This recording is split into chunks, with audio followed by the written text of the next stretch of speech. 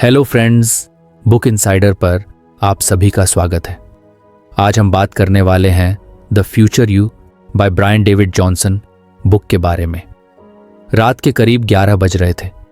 कमरे में हल्की सी पीली रोशनी फैली हुई थी। बाहर सर्दी का मौसम था और खिड़की के कांच पर हल्की धुंध जम गई थी। आदित्य अपने छोटे से स्टूडियो अपार्टमेंट में बैठा था। उसके सामने एक मोटी किताब रखी थी, the future you, break through the fear and build the life you want. किताब नई लग रही थी, जैसे अभी अभी खरीदी गई हो। आदित्य ने उसे खोलने से पहले एक गहरी सांस ली। उसने खुद से वादा किया था कि इस बार वो कोई भी किताब अधूरी नहीं छोड़ेगा। आदित्य की जिंदगी फिलहाल कहीं फंसी हुई सी लग रही थी। 9 से 5 की नौकरी, जिसमें ना एक्साइटमेंट था ना सेटिस्फैक्शन। हर सुबह उठकर उसे ऐसा लगता जैसे वो एक मशीन बन गया है। लेकिन कुछ दिन पहले एक अजनबी से बात ने उसे सोचने पर मजबूर कर दिया। वो एक कैफे में अकेला बैठा हुआ था जब एक बुजुर्ग आदमी ने उसके टेबल के पास आकर पूछा, तुम्हारी उम्र क्या होगी लड़के? आदित्य कुछ हैरान हुआ। 28, उसने जवाब दिया। अच्छी उम्र है, वो आदमी मुस्कुराया। लेकिन क्या तुम अपनी जिंदगी से खुश हो? आदित्य के पास कोई जवाब नहीं था। वो आदमी बस मुस्कुराया और जाते जाते ये किताब टेबल पर छोड़ गया। आदित्य ने उसे देखा और सोचा, क्या पता यही मेरी जिंदगी बदल दे। अब इस पल में उसने किताब का पहला पेज खोला। पहला चैप्टर था embrace the power of agency. उसने धीरे धीरे पढ़ना शुरू किया। किताब कह रही थी कि हर इंसान में यह ताकत होती है कि वो अपनी जिंदगी की दिशा खुद तय करे। लेकिन अक्सर लोग डर, असुरक्षा या दूसरों की एक्सपेक्टेशंस के नीचे दबकर अपनी एजेंसी खो देते हैं। आदित्य को यह लाइन पढ़ते ही एक झटका सा महसूस हुआ। उसने खुद से सवाल किया, क्या मैं भी दूसरों की एक्सपेक्टेशंस के हिसाब से अपनी जिंदगी जी रहा हूं? उसकी यादों में वो दिन घूमने लगे जब उसके पापा ने कहा था, इंजीनियरिंग में करियर बहुत अच्छा होता है, जिंदगी सेट हो जाएगी। और उसने बिना किसी सवाल के इंजीनियरिंग कर ली थी। फिर उसके कॉलेज के दोस्त जो सब कॉरपोरेट जॉब्स में गए थे, तो उसने भी वही किया। कभी उसने सोचा ही नहीं कि उसे असल में क्या चाहिए। किताब में एक जगह लिखा था, the moment you take responsibility for your choices you take control of your life. ये लाइन सीधा आदित्य के दिल में उतर गई। उसने सोचा, शायद मैं अपनी जिंदगी का कंट्रोल खुद कभी लिया ही नहीं। पढ़ते पढ़ते आदित्य की नजरें उस एक्सरसाइज पर गईं जो किताब में दी गई थी। उसमें लिखा था कि अपनी जिंदगी के उन डिसीजंस को याद करो जो तुमने खुद लिए थे, जो तुमने दूसरों के दबाव में नहीं बल्कि अपने मन से किए थे। आदित्य ने एक पेपर निकाला और लिखने लगा, लेकिन कुछ भी लिखने में मुश्किल हो रही थी। उसका दिमाग बार बार वहीं घूम रहा था कि उसने कब अपनी मर्जी से कुछ किया था। काफी देर सोचने के बाद उसे एक ही चीज याद आई, उसका एक पुराना ट्रैकिंग ट्रिप। वो कॉलेज के दिनों की बात थी। उसके सारे दोस्त घूमने के लिए गोवा जा रहे थे, लेकिन आदित्य को हमेशा पहाड़ों में जाने का मन करता था। उसने पहली बार अपने दोस्तों की बात ना मानकर खुद की सुनी और उत्तराखंड के एक छोटे से गांव में ट्रैकिंग पर चला गया। वो 5 दिन उसके अब तक के सबसे बेहतरीन दिन थे। उसने कागज पर लिखा, द सोलो ट्रैकिंग ट्रिप। फिर उसने सोचा, ऐसे और कितने डिसीजंस हो सकते थे अगर मैं डरता नहीं या दूसरों की एक्सपेक्टेशंस की परवाह नहीं करता। किताब में यह भी लिखा था कि डर हमें एक्शन लेने से रोकता है, लेकिन डर को पूरी तरह खत्म नहीं किया जा सकता। हमें बस उसे मैनेज करना सीखना होता है। Courage isn't the absence of fear, it's acting despite it. Aditya को याद आया कि कैसे वो अपनी जॉब में प्रमोशन मांगने से डरता था। हर बार जब उसका मैनेजर कहता, तुम अच्छा काम कर रहे हो, तो उसके अंदर ये सवाल उठता कि क्या वो अपनी मेहनत के बदले और बेहतर डिजर्व करता है। लेकिन हर बार डर उसे चुप करा देता। किताब कह रही थी कि अगर हम अपनी एजेंसी का इस्तेमाल नहीं करेंगे तो दुनिया हमें अपनी मर्जी के हिसाब से शेप करेगी। आदित्य को ऐसा महसूस हुआ जैसे ये किताब उसी के लिए लिखी गई है। उसने मन में ठान लिया कि अब वो और इंतजार नहीं करेगा। उसने किताब के अगले हिस्से में कदम रखा, जहां लिखा था कि एजेंसी को क्लेम करने के लिए छोटे छोटे स्टेप्स से शुरुआत करो। सबसे पहले अपने कंफर्ट जोन से बाहर निकलो। आदित्य के दिमाग में अचानक एक ख्याल आया, क्या होगा अगर मैं एक दिन के लिए अपनी नौकरी से ब्रेक लेकर वो सब करूं जो मैं सच में करना चाहता हूं? उसने तुरंत अपने फोन पर नोट्स बनाना शुरू किया। एक नई हॉबी शुरू करना, सुबह सुबह बिना प्लान के कहीं ड्राइव पर निकल जाना, किसी अजनबी से मीनिंगफुल कॉन्वर्सेशन करना। इतने सालों में पहली बार आदित्य को एक्साइटमेंट महसूस हो रही थी। उसने सोचा, कल से ये सब शुरू करूंगा, लेकिन क्या मैं इस बार भी डर के आगे हार जाऊंगा? किताब में एक जगह लिखा था, accountability is the key to change. उसने खुद को अकाउंटेबल रखने के लिए एक तरकीब निकाली। उसने अपने बचपन के सबसे अच्छे दोस्त करण को फोन किया। भाई कल दिन भर के लिए फ्री है? आदित्य ने सीधा पूछा। क्यों, क्या प्लान है? करण ने जवाब दिया, बस तैयार रहना, मैं कुछ अलग करना चाहता हूं और मुझे तेरा साथ चाहिए। करण ने कुछ चुप्पी के बाद हंसते हुए कहा, ठीक है, तू कह रहा है तो चलते हैं, लेकिन ये अलग क्या होगा ये तो बताना पड़ेगा। कल देख लेना, बस साथ देना। रात गहराती जा रही थी, लेकिन आदित्य की नींद उड़ चुकी थी। उसने खुद से वादा किया, अब और नहीं रुकूंगा, अब अपनी एजेंसी को पूरी तरह से क्लेम करूंगा। अगर आपको हमारी फ्री समरी अच्छी लगती है तो आप हमारे चैनल को सब्सक्राइब कर सकते हैं, हमारी मेंबरशिप खरीद सकते हैं या हमें यूपीआई के थ्रू सपोर्ट कर सकते हैं। अब समरी पर वापस चलते हैं। उस रात किताब पढ़ने के बाद आदित्य के अंदर अजीब सी ऊर्जा भर गई थी। वो बार बार खुद से सवाल करता, मैंने अब तक अपनी जिंदगी दूसरों के हिसाब से क्यों जी? और हर सवाल के जवाब में उसे यही एहसास होता कि अब बदलाव का वक्त आ गया है। उसने तय कर लिया था कि अगला दिन उसके लिए एक नई शुरुआत होगा। सुबह की पहली किरणों के साथ ही आदित्य अलार्म से पहले जाग गया। ये उसके लिए किसी चमत्कार से कम नहीं था, क्योंकि हर दिन उसे उठने के लिए 3 बार स्नूज करना होता था। लेकिन आज अलग था। उसने जल्दी से अपने पुराने ट्रैकिंग वाले जूते निकाले, जो कब से अलमारी के कोने में पड़े थे। करण के घर पहुंचते ही उसने दरवाजा खटखटाया। भाई, इतनी सुबह सुबह क्या आग लगी है? करण ने उनींदा सा दरवाजा खोला। चल, तैयार हो जा, आज तू और मैं कुछ ऐसा करेंगे जो पहले कभी नहीं किया, आदित्य ने मुस्कुराते हुए कहा। और वो क्या है? करण ने शंका भरी नजरों से पूछा।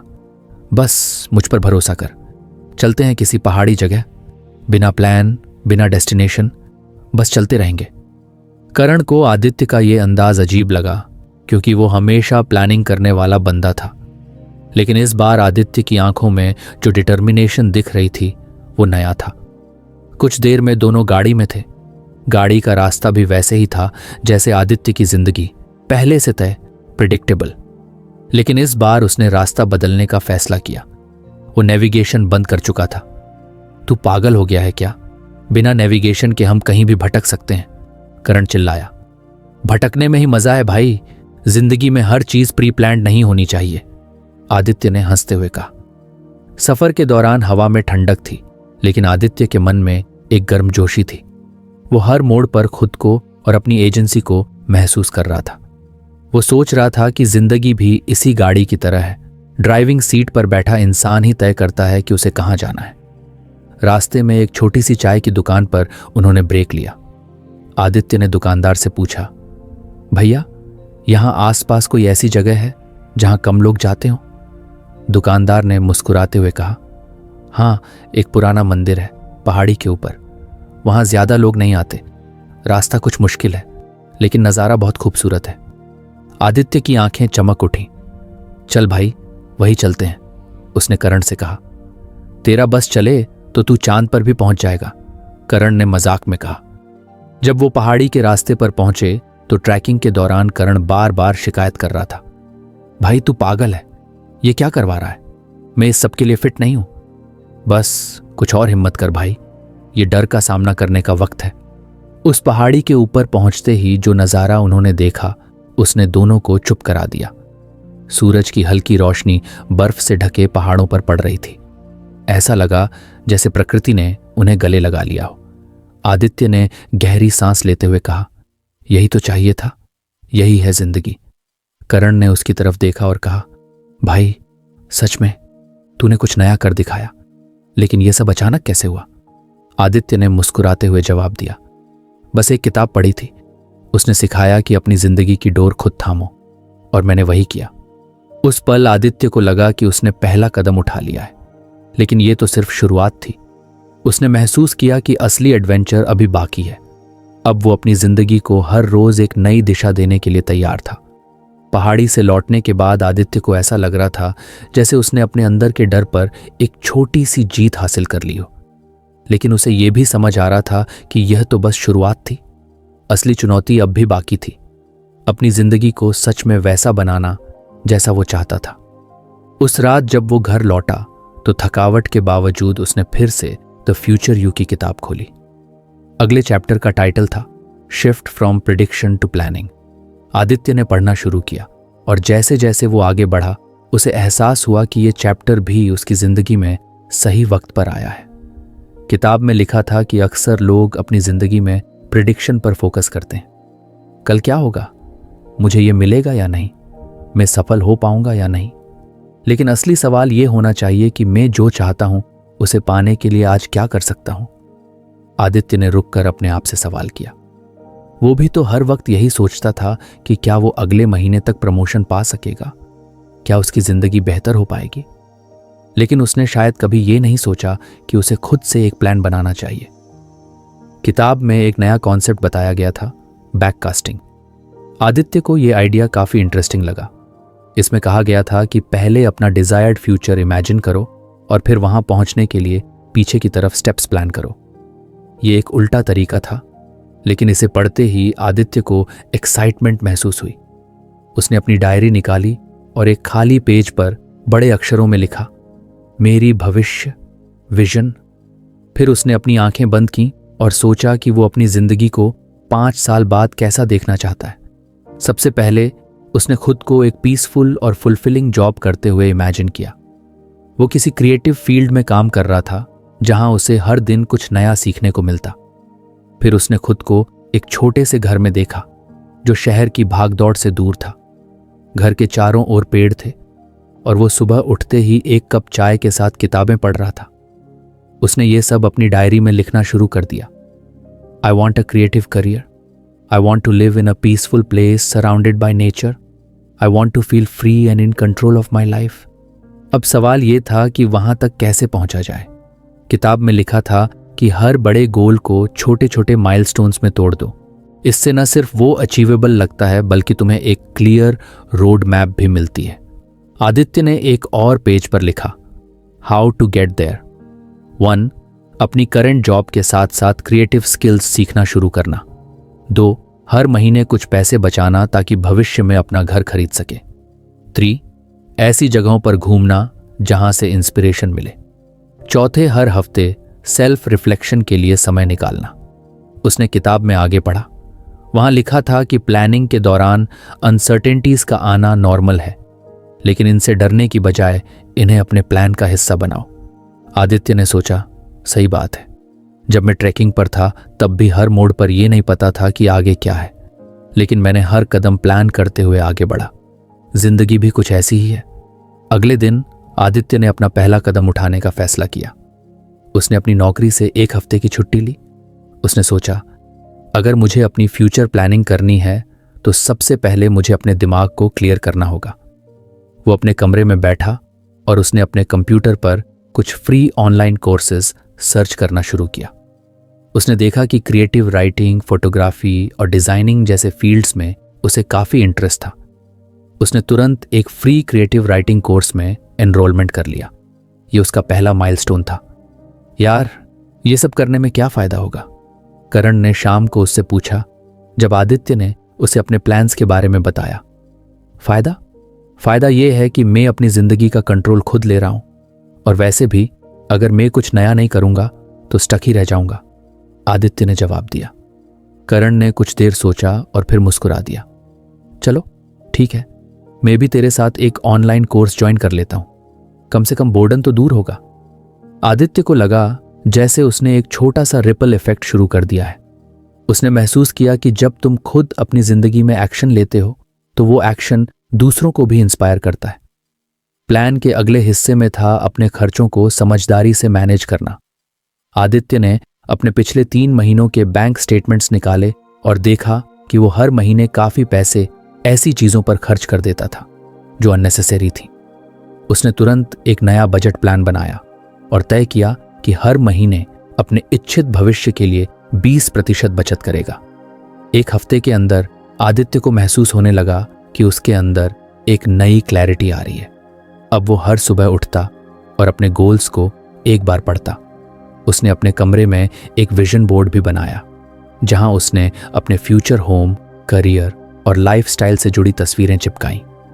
वो विजन बोर्ड उसे हर दिन रिमाइंड करता था कि वो क्या चाहता है और क्यों। लेकिन हर कहानी में चैलेंजेस आते हैं।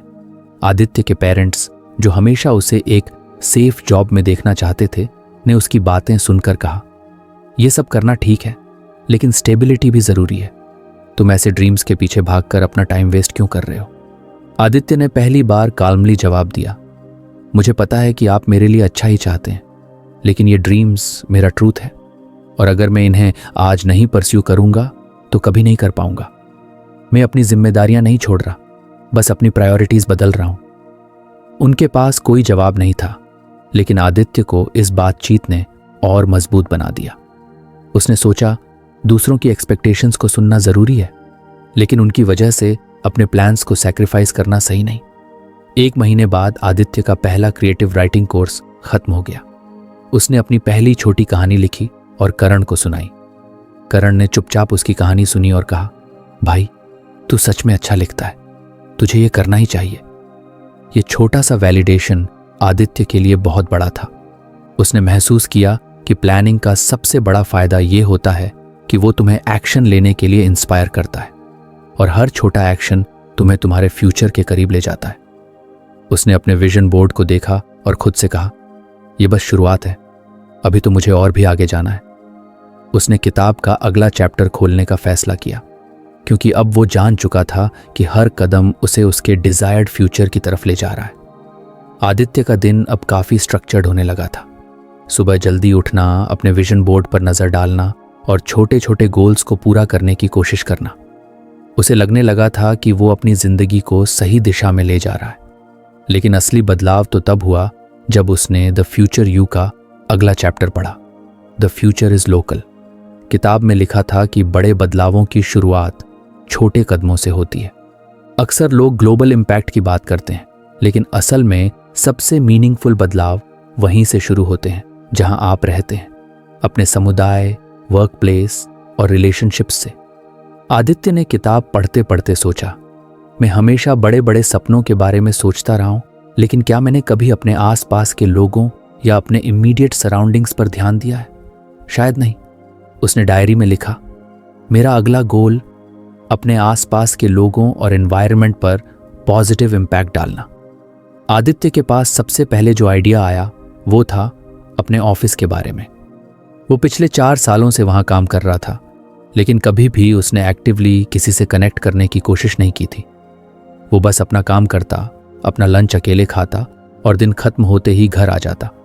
लेकिन इस बार उसने सोच लिया था कि वो ये पैटर्न तोड़ेगा।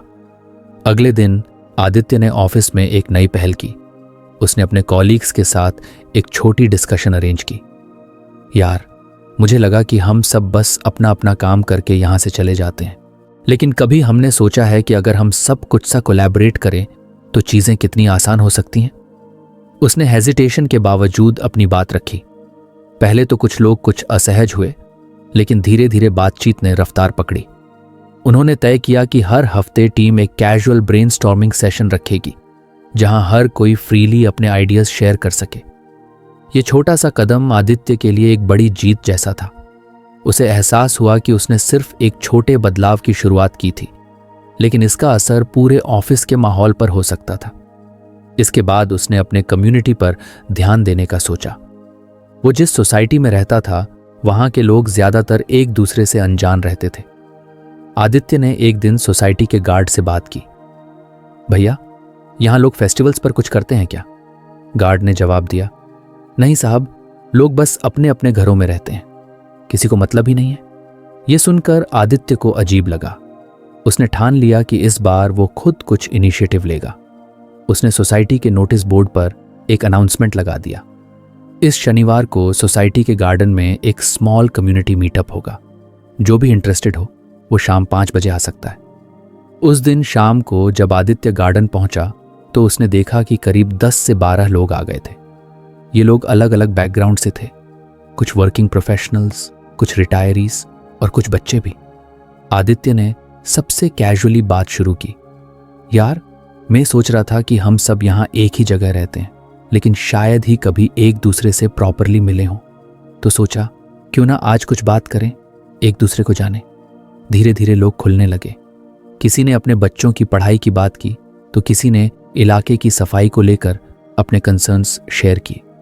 एक बुजुर्ग ने सुझाव दिया, हम सब मिलकर हर महीने एक क्लीनलीनेस ड्राइव क्यों नहीं करते। आदित्य ने तुरंत इस आइडिया को लपक लिया। सही बात है, हम छोटे छोटे ग्रुप्स बना सकते हैं, हर बार अलग अलग लोग हिस्सा लें, इससे यहाँ का माहौल भी अच्छा रहेगा। इस तरह एक छोटी सी मुलाकात से उनकी सोसाइटी में बदलाव की शुरुआत हो गई। अब हर महीने कम्युनिटी मीटअप्स होने लगे और सफाई अभियान भी। आदित्य को लगा मैंने कुछ मीनिंगफुल किया है। किताब में एक और बात ने उसे बहुत प्रभावित किया। उसमें लिखा था कि सिर्फ फिजिकल सराउंडिंग्स पर ध्यान देना काफी नहीं है, हमें अपने रिलेशनशिप्स पर भी काम करना चाहिए। जो लोग हमारी जिंदगी का हिस्सा हैं, उनके साथ मीनिंगफुल कनेक्शंस बनाना भी लोकल इम्पैक्ट का ही एक हिस्सा है। आदित्य ने इस पर सोचते हुए अपने परिवार के बारे में याद किया। वो अपने माँ पापा के साथ हर हफ्ते बस 5 से 10 मिनट बात करता था, वो भी औपचारिक। उसने सोचा, क्या मैं सच में उनसे कनेक्ट कर पाता हूं? शायद नहीं। उसने तुरंत अपनी माँ को फोन किया, मम्मी, क्या आप और पापा इस वीकेंड पर मेरे साथ कहीं चलेंगे? बस कुछ वक्त बिताना चाहता हूं आप दोनों के साथ।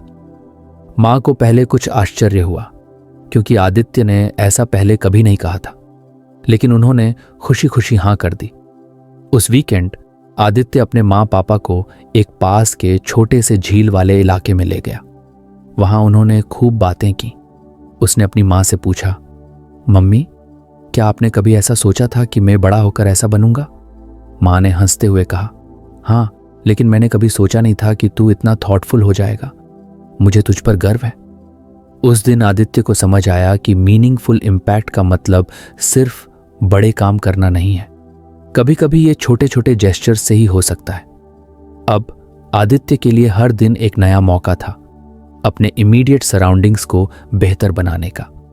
उसने महसूस किया कि जब आप अपनी लोकल कम्युनिटी, वर्क प्लेस और रिलेशनशिप्स पर ध्यान देते हैं, तो न सिर्फ आप दूसरों की मदद करते हैं, बल्कि खुद को भी ग्रो करते हैं। उस रात उसने डायरी में लिखा, change starts from where you are.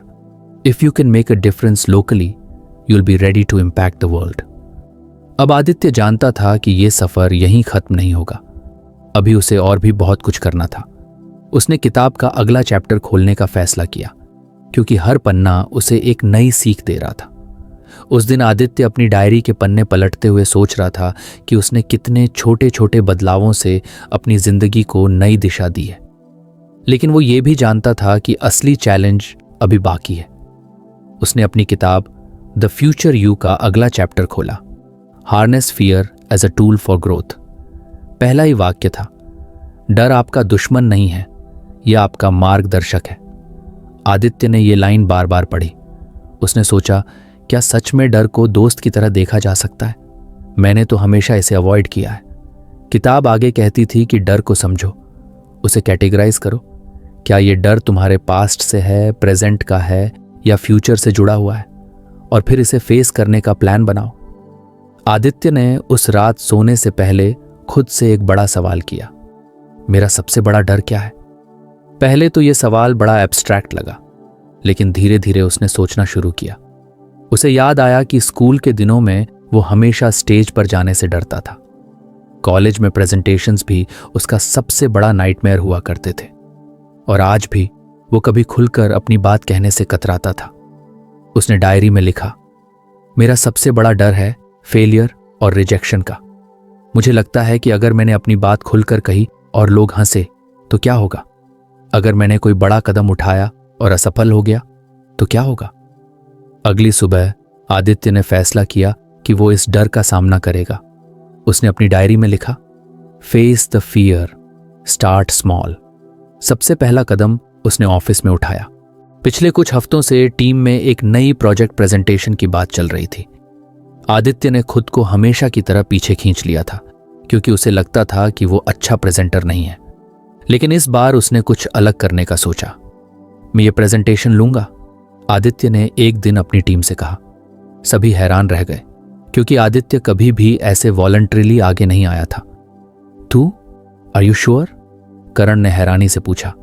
हाँ भाई, अब डर से भागना बंद। आदित्य ने अगले कुछ दिनों तक उस प्रेजेंटेशन की तैयारी में जी जान लगा दी। उसने हर स्लाइड को ध्यान से बनाया, बार बार खुद को मिरर के सामने प्रैक्टिस कराई। लेकिन जब प्रेजेंटेशन का दिन आया तो उसका दिल जोर जोर से धड़क रहा था। स्टेज पर जाने से पहले उसने एक गहरी सांस ली और खुद से कहा, डर को रोकने मत दो, इसे अपनी ताकत बनाओ। जैसे ही वो बोलने लगा, पहले कुछ सेकंड्स में उसकी आवाज हल्की कांप रही थी, लेकिन धीरे धीरे वो अपने फ्लो में आ गया। उसने महसूस किया कि लोग उसकी बातों को ध्यान से सुन रहे हैं। और जब प्रेजेंटेशन खत्म हुआ तो उसकी टीम ने ताली बजाई। भाई, तूने कमाल कर दिया, करण ने कहा। उस दिन आदित्य को महसूस हुआ कि डर हमेशा हमारे अंदर रहता है, लेकिन अगर उसे फेस करो तो वो तुम्हें और मजबूत बनाता है। लेकिन ये तो बस पहला कदम था। आदित्य जानता था कि उसका डर सिर्फ प्रोफेशनल लाइफ तक सीमित नहीं था। उसने अपने पर्सनल लाइफ के बारे में भी सोचा। उसकी जिंदगी में एक ऐसा रिश्ता था जिसे उसने हमेशा अवॉइडेड किया था। वो रिश्ता था उसके सबसे पुराने दोस्त रोहन के साथ। किसी छोटी सी गलतफहमी की वजह से वो दोनों सालों से बात नहीं कर रहे थे। आदित्य हमेशा सोचता था कि अगर उसने रोहन से बात करने की कोशिश की और उसने इग्नोर कर दिया तो क्या होगा। यही डर उसे हमेशा रोकता था। लेकिन इस बार उसने तय किया कि वो अपने इस डर को भी फेस करेगा। उसने फोन उठाया और रोहन का नंबर डायल किया। उसकी उंगलियां कांप रही थीं, लेकिन उसने खुद को संभाला। हेलो, दूसरी तरफ से रोहन की आवाज आई। हेलो रोहन, मैं आदित्य बोल रहा हूं, उसने झिझकते हुए कहा। कुछ सेकंड की चुप्पी रही, लेकिन फिर रोहन की आवाज नरम हो गई। अरे आदित्य, इतने सालों बाद सब ठीक है? आदित्य ने गहरी सांस लेते हुए कहा। हाँ, सब ठीक है, लेकिन मैं तुमसे माफी मांगना चाहता था। जो भी गलतफहमी हुई थी वो सब खत्म करना चाहता हूं। रोहन ने हंसते हुए कहा। यार, मैं भी तुमसे बात करना चाहता था, लेकिन हिम्मत नहीं हुई। चल, सब भुलाकर फिर से शुरू करते हैं। उस दिन आदित्य ने महसूस किया कि कई बार डर बस हमारे दिमाग में होता है। अगर हम एक कदम बढ़ाएं तो चीजें उतनी मुश्किल नहीं होती जितनी लगती हैं। अब आदित्य का अगला कदम था अपने सबसे बड़े डर, एडवेंचर और अनसर्टेनिटी का सामना करना। उसने सोचा कि वो कुछ ऐसा करेगा जो उसने पहले कभी नहीं किया। उसने ऑनलाइन स्काई डाइविंग के लिए एक स्लॉट बुक किया। जब वो उस दिन प्लेन में बैठा तो उसका दिल इतनी तेजी से धड़क रहा था कि उसे लगा शायद वो ये नहीं कर पाएगा। तुम्हें बस पहला कदम लेना है, ट्रेनर ने कहा। जैसे ही उसने छलांग लगाई, हवा का झोंका और नीचे का नजारा, सब कुछ सरियल था। उसे ऐसा लगा जैसे उसने अपने डर को हरा दिया है। उस रात वापस घर लौटकर उसने डायरी में लिखा, डर को अवॉइड करना बंद करो, उसे समझो, उसे फेस करो और उसे अपनी ताकत बनाओ। डर तुम्हें रोकने के लिए नहीं, तुम्हें और आगे ले जाने के लिए है। अब आदित्य को यकीन हो गया था कि वो किसी भी डर को अपने ग्रोथ का हिस्सा बना सकता है। उसने किताब का अगला चैप्टर खोलने का फैसला किया, क्योंकि हर चैप्टर उसे और मजबूत बना रहा था। उस दिन आदित्य अपनी डायरी के पन्ने पलटते हुए सोच रहा था कि उसने कितने छोटे छोटे बदलावों से अपनी जिंदगी को नई दिशा दी है। लेकिन वो ये भी जानता था कि असली चैलेंज अभी बाकी है। उसने अपनी किताब द फ्यूचर यू का अगला चैप्टर खोला, harness fear as a tool for growth. पहला ही वाक्य था, डर आपका दुश्मन नहीं है, यह आपका मार्गदर्शक है। आदित्य ने यह लाइन बार बार पढ़ी। उसने सोचा, क्या सच में डर को दोस्त की तरह देखा जा सकता है? मैंने तो हमेशा इसे अवॉइड किया है। किताब आगे कहती थी कि डर को समझो, उसे कैटेगराइज करो। क्या यह डर तुम्हारे पास्ट से है, प्रेजेंट का है या फ्यूचर से जुड़ा हुआ है, और फिर इसे फेस करने का प्लान बनाओ। आदित्य ने उस रात सोने से पहले खुद से एक बड़ा सवाल किया, मेरा सबसे बड़ा डर क्या है? पहले तो यह सवाल बड़ा एब्स्ट्रैक्ट लगा, लेकिन धीरे धीरे उसने सोचना शुरू किया। उसे याद आया कि स्कूल के दिनों में वो हमेशा स्टेज पर जाने से डरता था। कॉलेज में प्रेजेंटेशंस भी उसका सबसे बड़ा नाइटमेयर हुआ करते थे, और आज भी वो कभी खुलकर अपनी बात कहने से कतराता था। उसने डायरी में लिखा, मेरा सबसे बड़ा डर है फेलियर और रिजेक्शन का। मुझे लगता है कि अगर मैंने अपनी बात खुलकर कही और लोग हंसे तो क्या होगा? अगर मैंने कोई बड़ा कदम उठाया और असफल हो गया तो क्या होगा? अगली सुबह आदित्य ने फैसला किया कि वो इस डर का सामना करेगा। उसने अपनी डायरी में लिखा, face the fear, start small. सबसे पहला कदम उसने ऑफिस में उठाया। पिछले कुछ हफ्तों से टीम में एक नई प्रोजेक्ट प्रेजेंटेशन की बात चल रही थी। आदित्य ने खुद को हमेशा की तरह पीछे खींच लिया था, क्योंकि उसे लगता था कि वो अच्छा प्रेजेंटर नहीं है। लेकिन इस बार उसने कुछ अलग करने का सोचा। मैं ये प्रेजेंटेशन लूंगा, आदित्य ने एक दिन अपनी टीम से कहा। सभी हैरान रह गए, क्योंकि आदित्य कभी भी ऐसे वॉलंटरीली आगे नहीं आया था। तू, आर यू श्योर? करण ने हैरानी से पूछा। हाँ भाई, अब डर से भागना बंद। आदित्य ने अगले कुछ दिनों तक उस प्रेजेंटेशन की तैयारी में जी जान लगा दी। उसने हर स्लाइड को ध्यान से बनाया, बार बार खुद को मिरर के सामने प्रैक्टिस कराई। लेकिन जब प्रेजेंटेशन का दिन आया तो उसका दिल जोर जोर से धड़क रहा था। स्टेज पर जाने से पहले उसने एक गहरी सांस ली और खुद से कहा, डर को रोकने मत दो, इसे अपनी ताकत बनाओ। जैसे ही वो बोलने लगा, पहले कुछ सेकंड्स में उसकी आवाज हल्की कांप रही थी, लेकिन धीरे धीरे वो अपने फ्लो में आ गया। उसने महसूस किया कि लोग उसकी बातों को ध्यान से सुन रहे हैं। और जब प्रेजेंटेशन खत्म हुआ तो उसकी टीम ने ताली बजाई।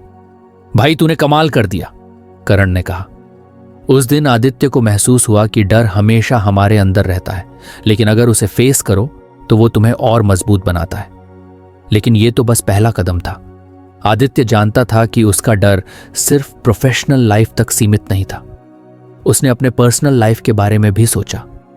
उसकी जिंदगी में एक ऐसा रिश्ता था जिसे उसने हमेशा अवॉइडेड किया था। वो रिश्ता था उसके सबसे पुराने दोस्त रोहन के साथ। किसी छोटी सी गलतफहमी की वजह से वो दोनों सालों से बात नहीं कर रहे थे। आदित्य हमेशा सोचता था कि अगर उसने रोहन से बात करने की कोशिश की और उसने इग्नोर कर दिया तो क्या होगा। यही डर उसे हमेशा रोकता था। लेकिन इस बार उसने तय किया कि वो अपने इस डर को भी फेस करेगा। उसने फोन उठाया और रोहन का नंबर डायल किया। उसकी उंगलियां कांप रही थीं, लेकिन उसने खुद को संभाला। हेलो, दूसरी तरफ से रोहन की आवाज आई। हेलो रोहन, मैं आदित्य बोल रहा हूं, उसने झिझकते हुए कहा। कुछ सेकंड की चुप्पी रही, लेकिन फिर रोहन की आवाज नरम हो गई। अरे आदित्य, इतने सालों बाद सब ठीक है?